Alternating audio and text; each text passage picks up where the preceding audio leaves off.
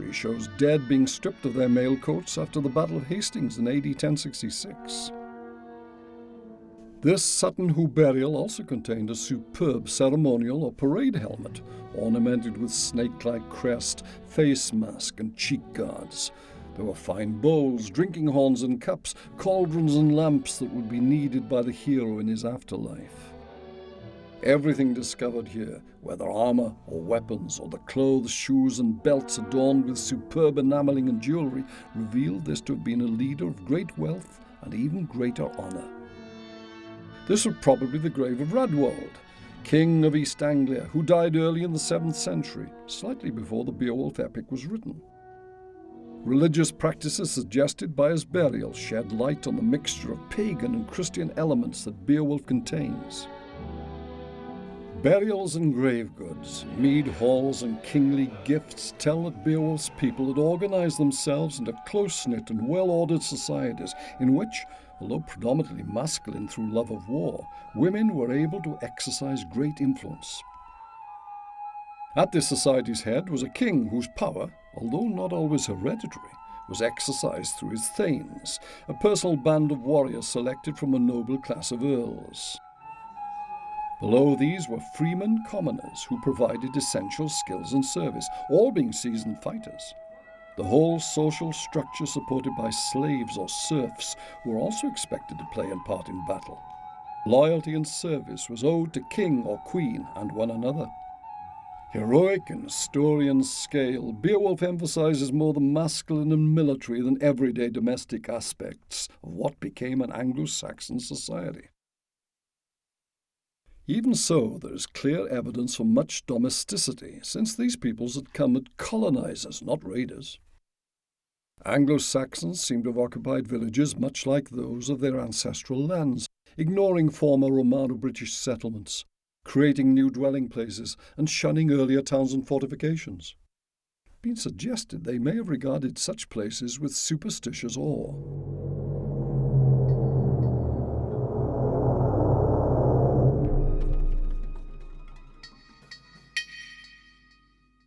At West Stow, not far from Sutton Hoo, the discovery of an early Anglo-Saxon settlement dating from between about AD 420 and 650 led to the reconstruction of some of its 70 or so former buildings that, together with visitor centre displays, helped bring this period of migration and settlement to life. What is known as the oldest house was built in 1974 and used, amongst other things, to test the concept that these dwellings had been constructed above pits. The sunken house nearby was created on the same assumption, although the concept is no longer supported. There is also a reasonably substantial family house providing insight regarding furnishings and living conditions of the day.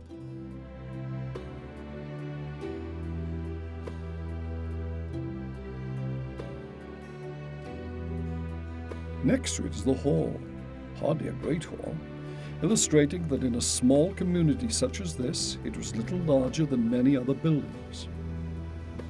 These reconstructions were aided by archaeologists' interpretation of Beowulf's poem.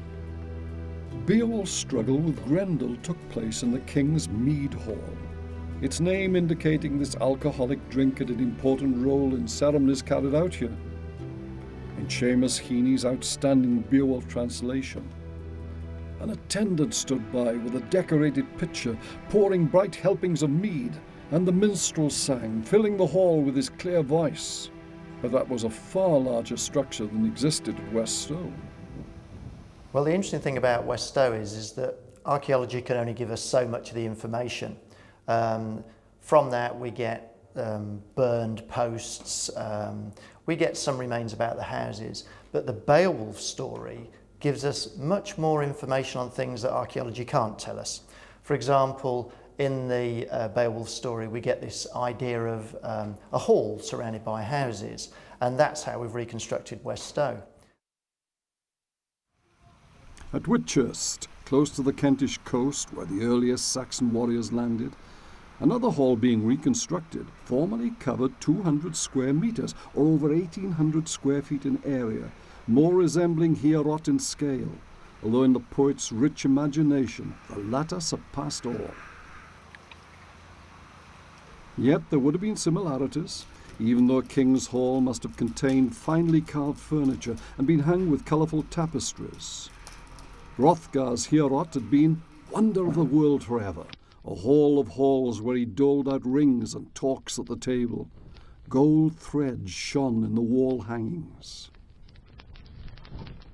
West Stow buildings help understand Anglo Saxon daily life, their weaving house indicating that this was a society dependent upon specialised skills, while the varying quality of other structures reveal not all village dwellers were of the same social status.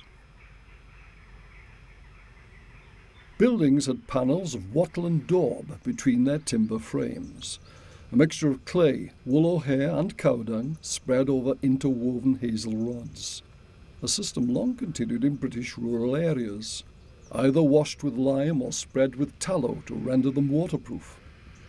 What people made up this apparently peaceful community, and how would the exploits of Beowulf and his loyal band have affected them? The people who lived here in West Stow, these early English, these first Anglo Saxons, were a mixture of different tribes from different places. But archaeology tells us that they carried spears and shields, and the more important of them actually had swords. So in that way, they are very, very similar to the kind of warriors we hear about in the Beowulf story. I think the other thing that is interesting is that we're talking about a small village here with not that many people in it. And in these early times, the times of Beowulf, a gang of maybe 10 men is quite a formidable force. And so it's interesting that the scale of these early operations, 10 warriors would indeed be a force to reckon with. And if they were skilled warriors, like Beowulf and his men, then they certainly would have been a formidable adversary for anybody.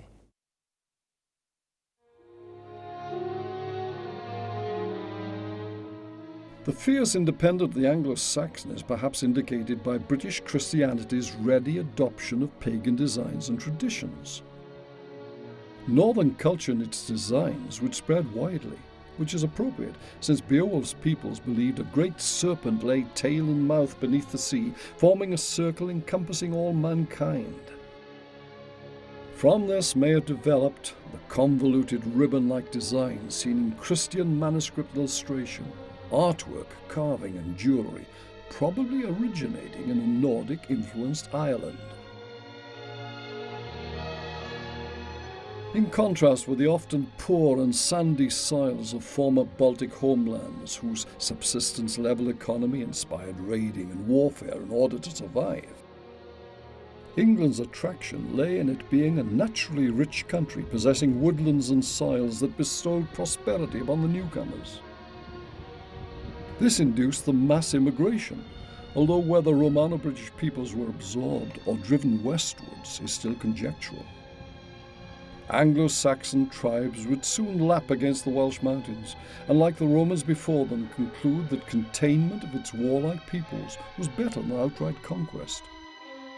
By the mid-8th century, Mercia's still pagan king Offa had marked and protected his territories with what is still Europe's longest earthwork.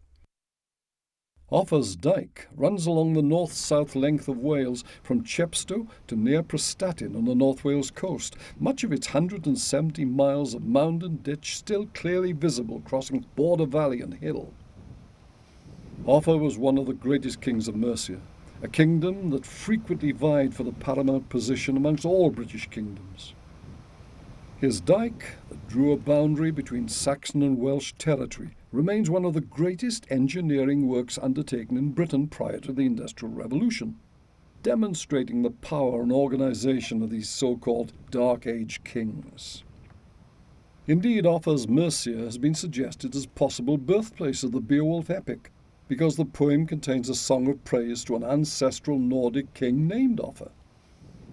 Such fulsome praise, providing their monarch with reflected glory, appears to have been typical Saxon practice.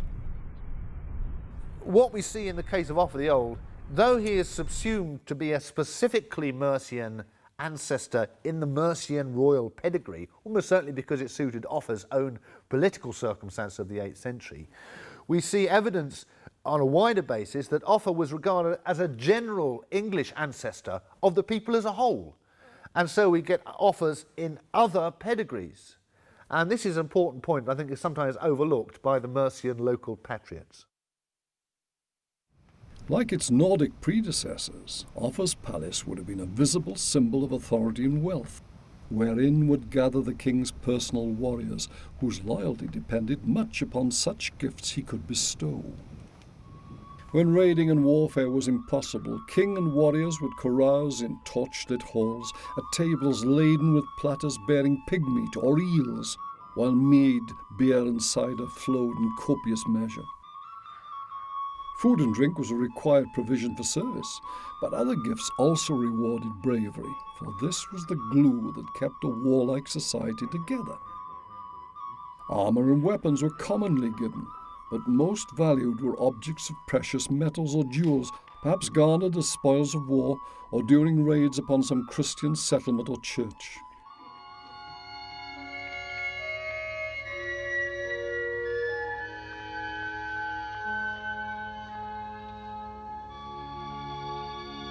Gifts were presented with great ceremonial, while companions applauded and ancient tales were retold. Lavish rewards I received for my part in battle, beaten gold and other things. There was singing at the banquet table. An old teller of stories recalled the early days. A battle-scarred warrior bowed with age would remember the deeds of his youth. Pagan, bloodthirsty and warlike though it was, quick to seek revenge for slight or wrong. It is better to avenge dear ones than give way to mourning, says one of Beowulf's followers. Always ready to fight for honour or die in the attempt.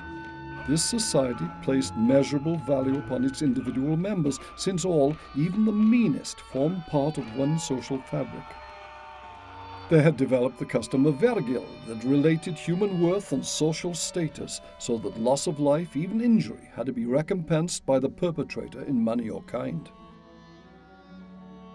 Here at Westow, the archaeologists have found out that the people who lived here, these early Anglo Saxons, were a very interesting mix of people. There were Angles, Saxons, Frisians, Franks, a whole mixture of people who may be joined together in the course of their travelling to get here. They came up the rivers in their boats and they settled here in one of these very early pioneering settlements next to a river. We know there were plenty of other settlements up this river, not far from this one, spread all along the River Lark here in Suffolk. When they got here, they did some things exactly the same as they'd done in their homelands, like we found pottery and jewellery which matches perfectly, and other things that were rather different, because over here in England, the structures that they built, the houses and halls that we hear about in Beowulf, they tend to be separate units, where the archaeologists found out that back in their homelands in Northern Europe, quite often they lived in these long houses where the units were joined together. So there are some subtle differences between the way that they used to live on the continent and the new way that they lived over here. In Anglo-Saxon England, the king's residence, surrounded by lesser dwellings, would stand within an earth-ditched, timber-palisaded enclosure that protected against human and animal attack. In its mead halls, a warrior brotherhood would have eaten and drank to the excess expected of such great fighters, whose deeds of valour, not only against man, animal, or mythological demon, but at the table, gave them status. In one instance, the poem refers to a particular warrior as wrecker of mead benches. Great halls were common to both Anglo-Saxons and their Nordic forebears, playing a major role in the life of the community. Beowulf fought the monster Grendel in such a hall, and in a similar structure dedicated to conviviality, a still pagan Offa oversaw treacherous murder. In AD 792, Ethelbert, an East Saxon and Christian king, arrived at Offa's hall near Hereford, seeking the hand of his daughter in marriage, only to be killed, and according to legend, having his severed head used by Offa's men as a gruesome football.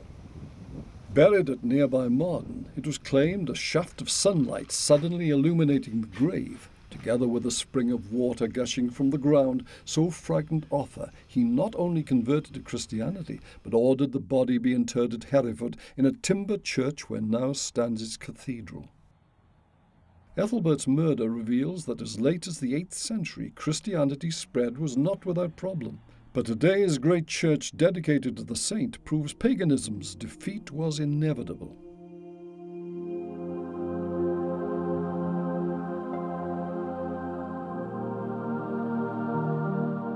Close by Hereford, beyond Offa's Dyke, lay a hostile western Britain, now Wales, whose hills, lakes and forests were not dissimilar to some northern homelands and might thus have prolonged or even inspired beliefs that monstrous creatures existed.